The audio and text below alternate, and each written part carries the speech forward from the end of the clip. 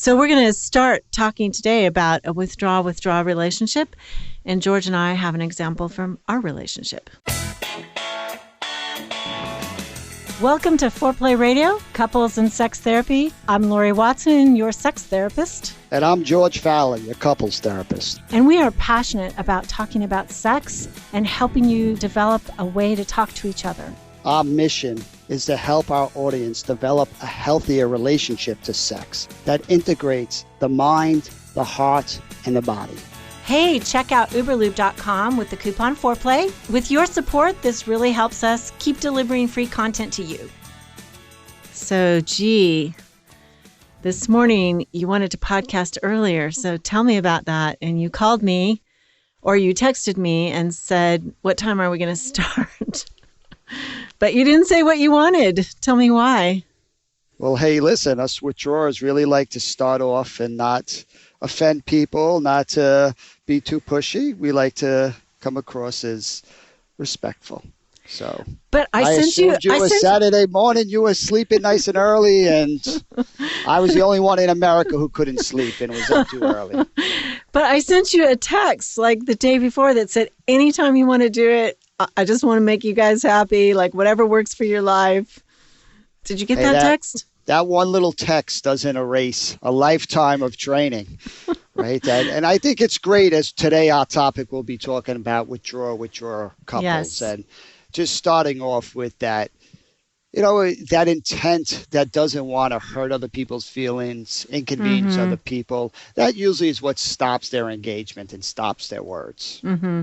So I guess if you're talking about me this morning, I assumed you probably could use a little Saturday morning rest. There's no reason. We got the rest of our lives to work. It's supposed to be a day off. How are we starting even earlier than 9 o'clock in the morning? What's wrong with the two of us?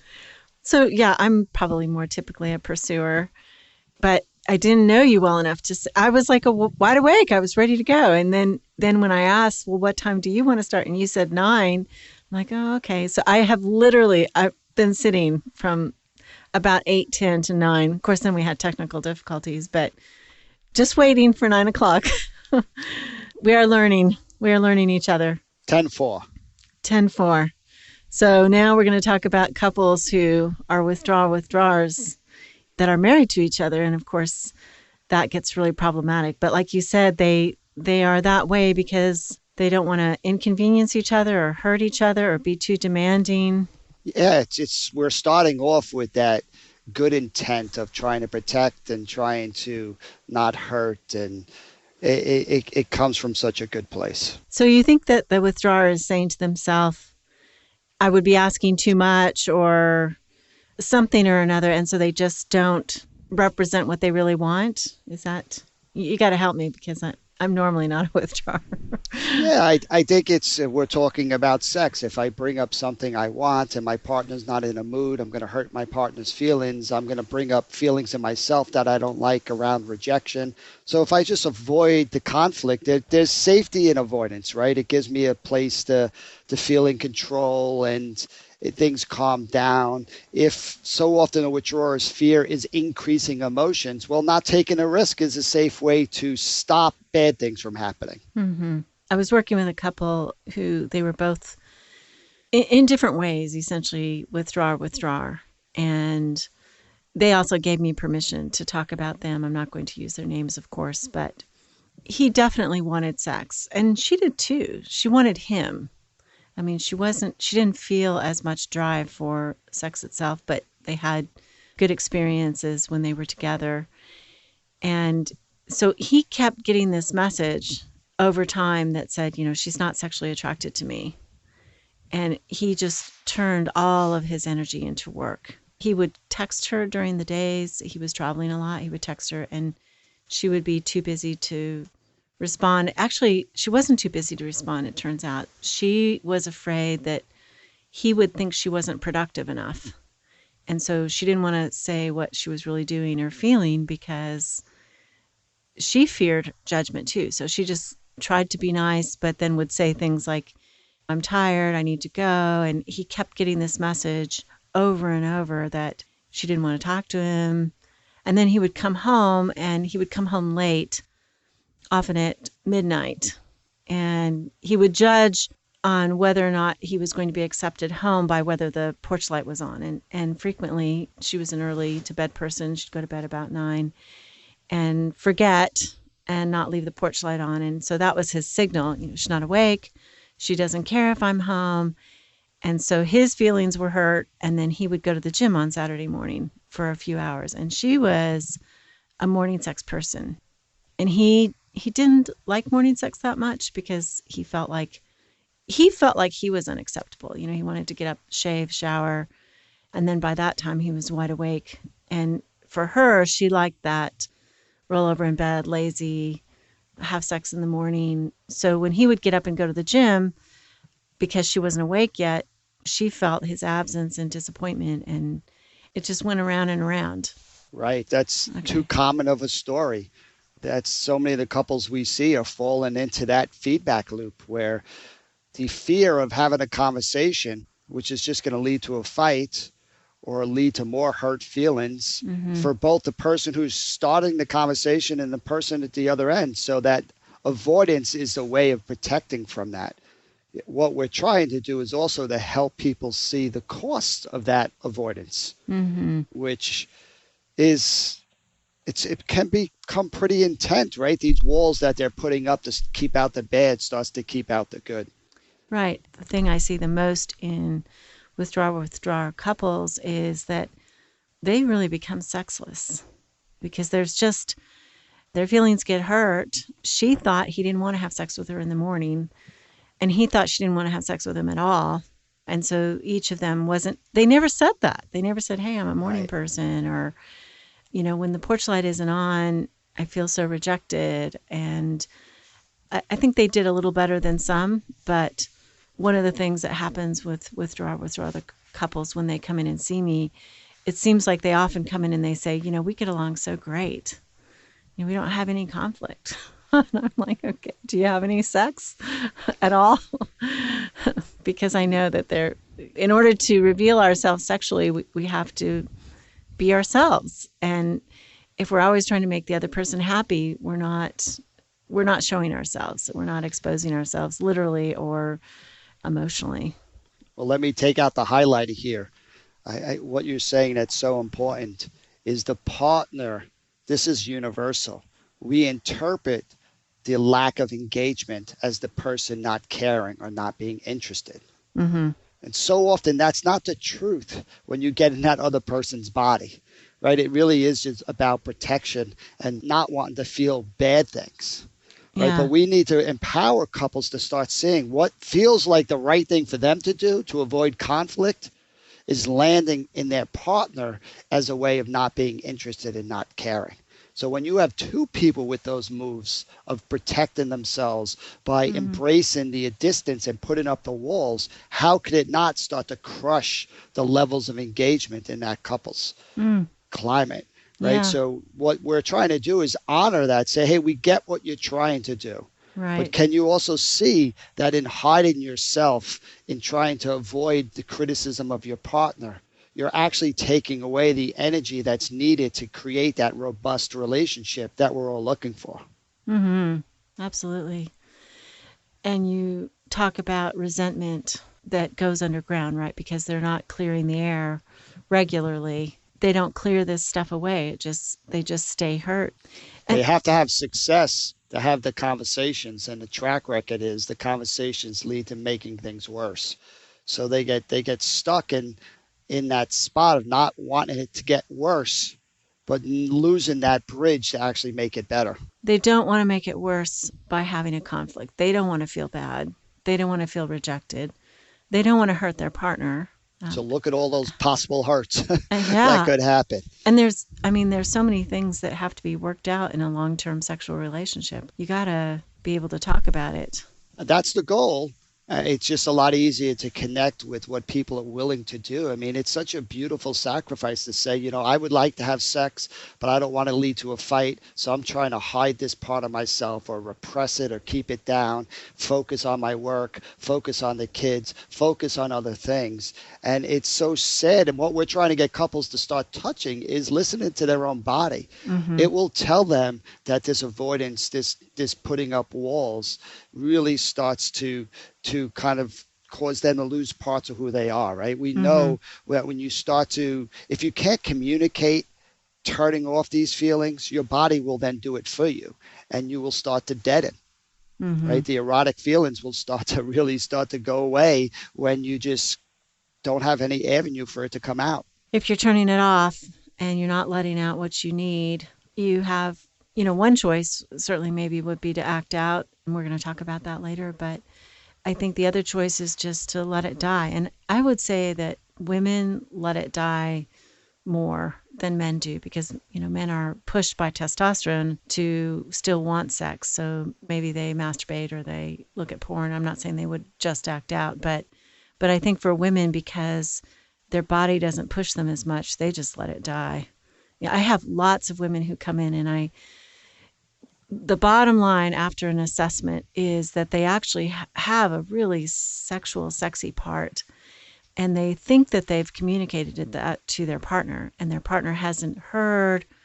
Maybe they are a sexual withdrawer. So sexual withdrawers, I believe, have sexual desire often, but they're whisperers. They tell you once, and if you don't pick it up, they believe that you didn't care enough about them to want to know what makes them happy, what pleases them sexually. So then they just turn it off. And so a lot of these women who come in and say, I just don't have any libido, then they tell me the whole story. I'm like, gosh, you've got plenty of libido.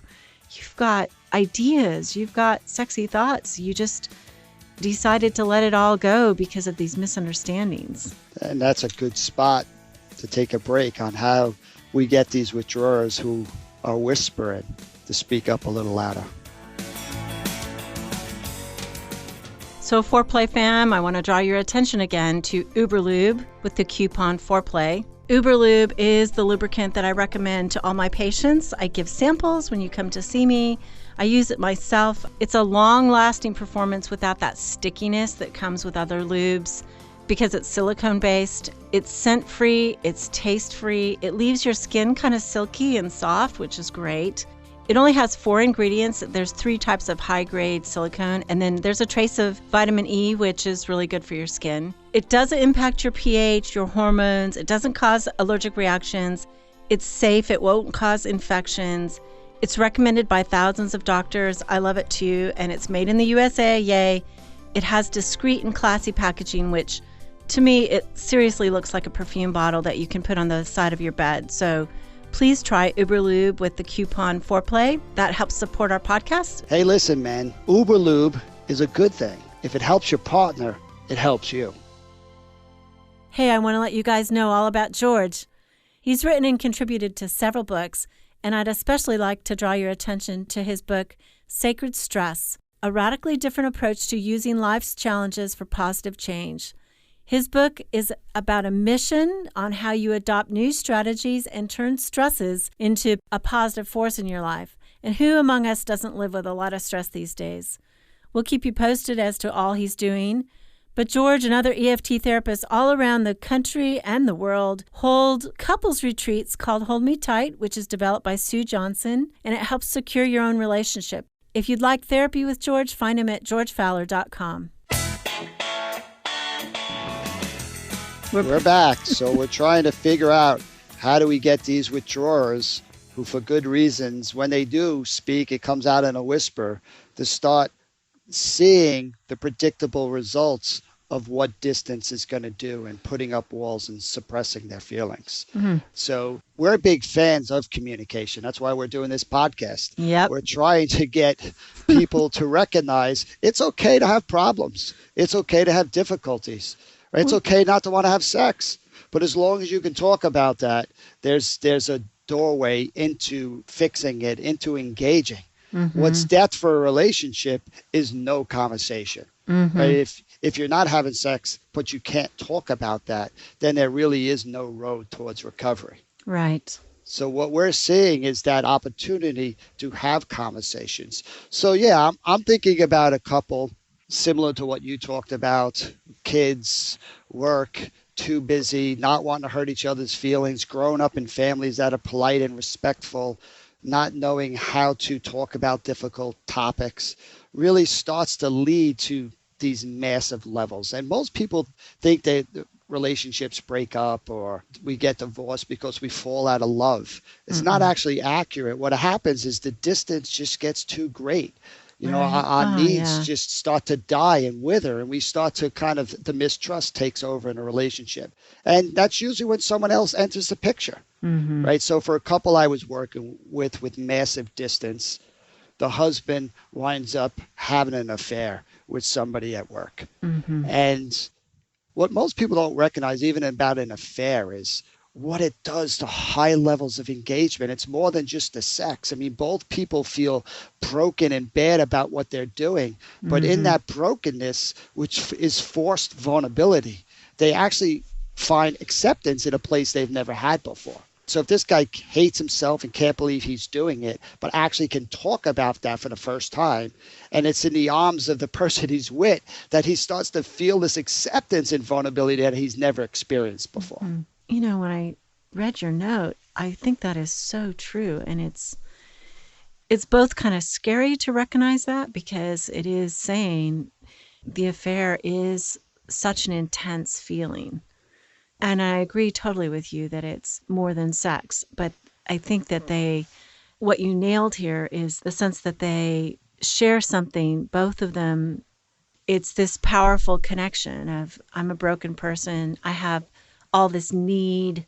You have all this need. We're doing this bad thing together.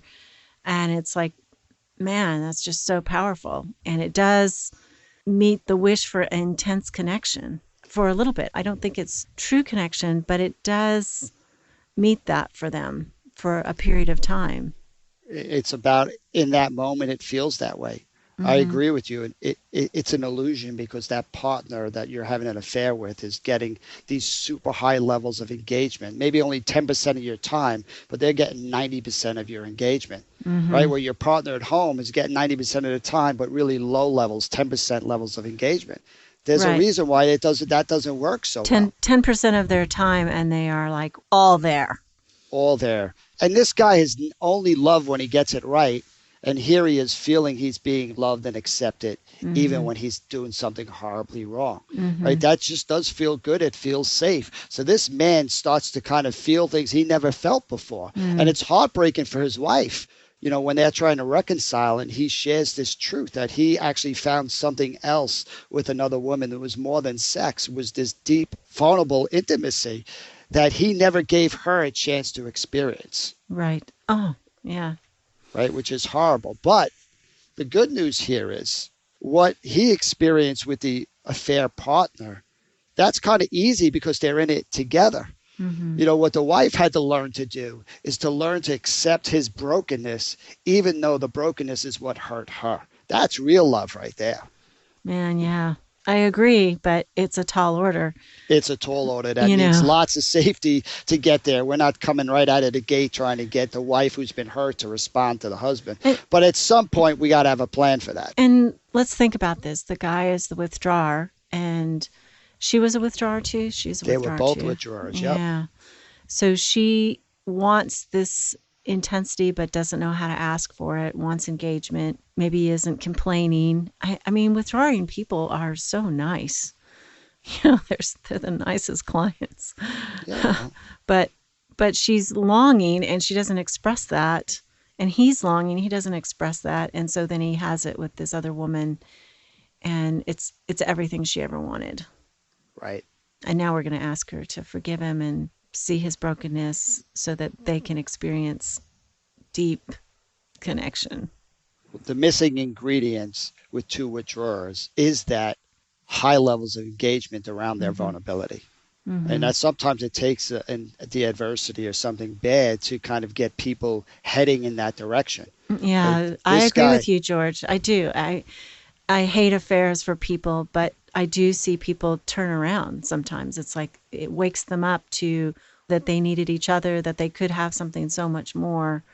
It's not an easy thing to talk about because we're not endorsing an affair as some solution, but gosh, I do see it sometimes. and it's just like anything that happens in life. It's really the choice of the couple and how they deal with it. Do they learn to face it together and head towards each other and strengthen their bond, or does it become something that divides them and pushes them further apart? Mm-hmm. The wife in this this situation had every right to feel betrayed, and this guy had no track record of being able to deliver for her. And if she felt that was too much for her heart to take and she needed to go in a different direction, that certainly was her right. Mm-hmm. But in this case, and the husband really did a lot of work to try to understand what led him in that direction and tried to be there for his wife's pain. And to change a negative cycle, both people have to do their part, right? Mm-hmm. But what we're highlighting here is just how withdrawers need to find success in these places they normally hide. Both of them didn't have anybody show up for them in their fearful, broken places, Mm-hmm. right? And to survive, then they hide those places. And what both don't recognize in that hiding and in that protection is they're leaving out the very thing needed to make a relationship vibrant and healthy. Mm-hmm. So if that's the impetus to get them to heading in that direction, okay, we'll work with that. I'd much rather, like you said, have couples hear this podcast and say, you know what, we really don't do that with each other. We don't have those conversations, but we want to learn how to have those conversations. If you could just identify that and just accept that, then you're already on the road towards doing it so differently. Absolutely. And the couple that I was talking about, neither one of them acted out of the relationship, but they turned it around. They took a few steps and started to dare to tell each other some really deep things. It was, I think our work, we get to witness such beautiful things when people open up and share their vulnerability with each other. It's like, it's amazing. And I saw this couple do that. So it can happen without a crisis. Absolutely. And that's probably the easier way of doing it. But the target is still the same. We got to get these withdrawers to pace themselves, because it's so easy for either one of them to feel overwhelmed and to go back to the safe place. And then when one partner starts to retreat, the other one who took the risk can feel rejected. And that's what makes changing a withdrawal cycle hard.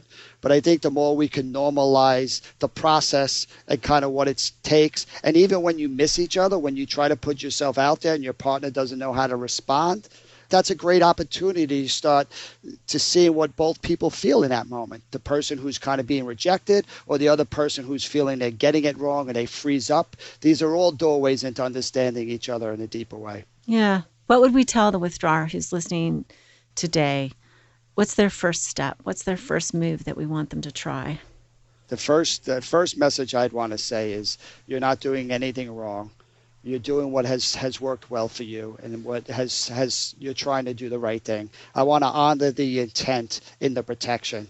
My second part would be just trying to get you to explore some of the costs of putting up those walls, right? That in these moments, the moment we're looking for in both of those withdrawers, right that moment, right when they retreat. Right? Why are they going away? Because something emotionally is happening to them. There's a fear, there's a concern, there's a hurt. And what's so sad is nobody actually ever sees it. Right? So it's the encouraging part of us saying, you deserve to be seen in those moments. I love that when you say that. I think this is so powerful, that the withdrawer needs to be comforted. The person going away, nobody sees how upset they are, and they need to be comforted too.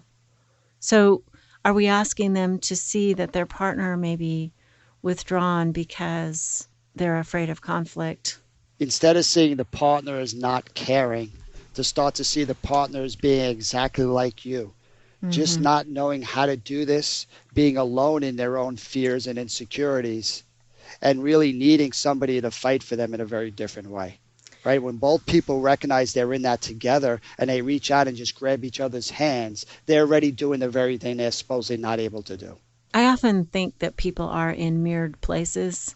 They have come to the same conclusion about the other as their partner has.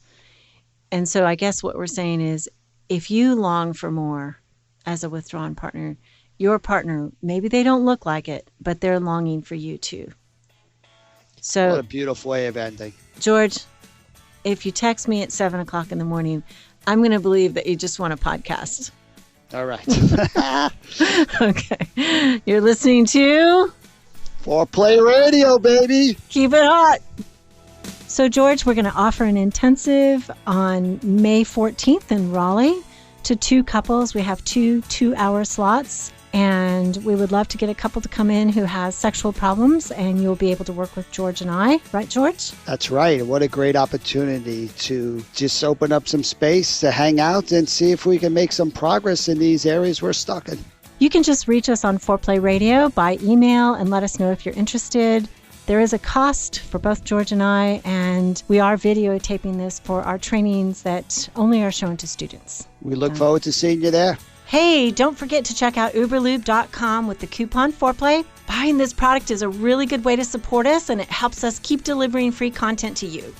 And Foreplay family, I want you to know we had our highest download day ever, thanks to you.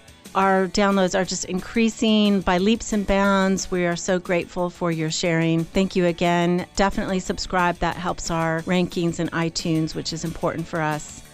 Call in your questions to the Foreplay question voicemail. Dial 833-MY-4PLAY. That's 833-4-PLAY. And we'll use the questions for our mailbag episodes. All content is for entertainment purposes only and should not be considered as a substitute for therapy by a licensed clinician or as medical advice from a doctor.